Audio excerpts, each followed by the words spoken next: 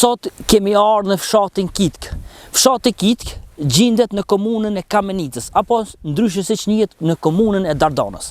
Arsyeja pse kemi ardhur në këtë vend është shkaku i parkut të energjisë me erë që funksionon. Në këtë park gjenden dikun rreth 9, jo rreth, po sakt gjenden 9 turbina, të cilat energjinë mekanike e shndrojnë në energji elektrike. Kjo turbina që po e shihni mbrapa meje është një prej tyre. Domethënë, kur ka erë më shumë se 3 deri në 4 metër për sekond, këto fillojnë të rrotullohen. Dhe brenda saj gjendet një gjenerator që këtë energji, sa herë rrotullohet helika, këto fluturakja, atëherë këtë energji e kthen në energji elektrike, e aktivizon gjeneratorin brenda.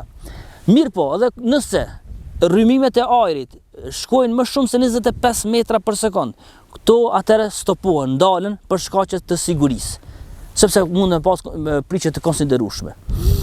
Çka vlen të theksohet, një turbinë si kjo mbrapa meje, dikun është e lartë deri në 100 metra lartësi. Fluturaket e saj, si po e shihni, janë 50 deri 70 metra të larta.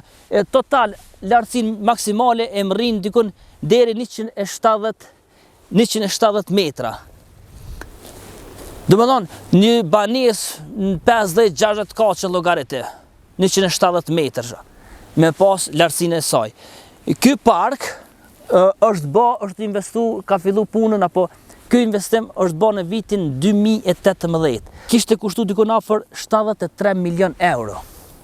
Mirë po, çka është interesante se këtë investim e ka bërë një kompani turke, Gyrish Holding. E mu çka po më shkon mendja tash se këta turqët zakonisht investojnë në xhamijave. Mos rastisht e kanë ai far xhamije këto të mshefte, na nuk kena aty e ditë. Çka kanë çu ngulen kësa herë në investuar në energji me erë. Sidoqoftë, mua diçka po më dha më shumë ti. Pse bre s'u kujtum kur na pushteti jon, pushtetar ton, me pas kësi lloj investime kapitale që ja shehajrin shteti, populli vet.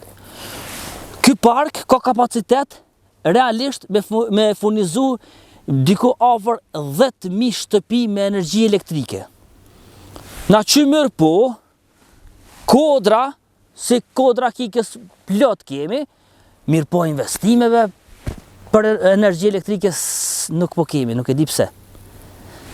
Sidoqoftë, këto zakonisht vendosen në kodra për arsye se kodra ka erëra më të forta, dhe një prej kushteve që do të më kanë për më vendosë një turbinë, lartësia mbidetare është në pyetje.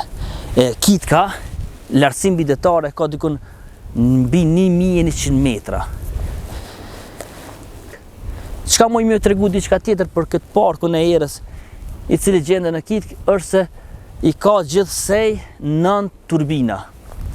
9 turbina, afërsisht diku 30 megawatt energji elektrike prodhohen në këtë park. Një prej vendeve që mas shumë t'i ka kësë lloj investime në energji me erë është Kina.